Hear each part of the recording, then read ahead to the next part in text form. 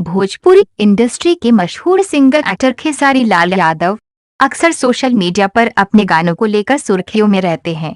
हाल ही में खेसारी लाल यादव का गाना हंगामा पूरा हॉल में हुई सोशल मीडिया पर धमाल मचा रहा है। इस गाने को अभी तक 5 करोड़ से ज्यादा बार देखा जा चुका है।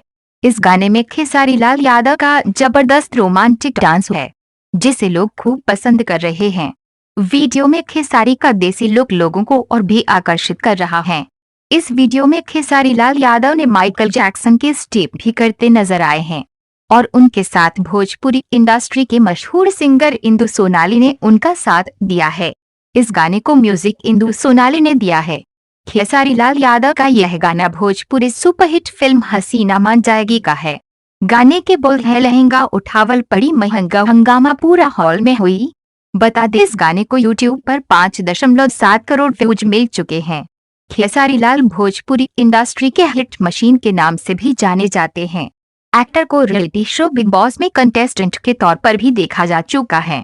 खेसारी ने भोजपुरी इंडस्ट्री को अब तक बहुत सारे सुपरहिट फिल्में दे चुके हैं।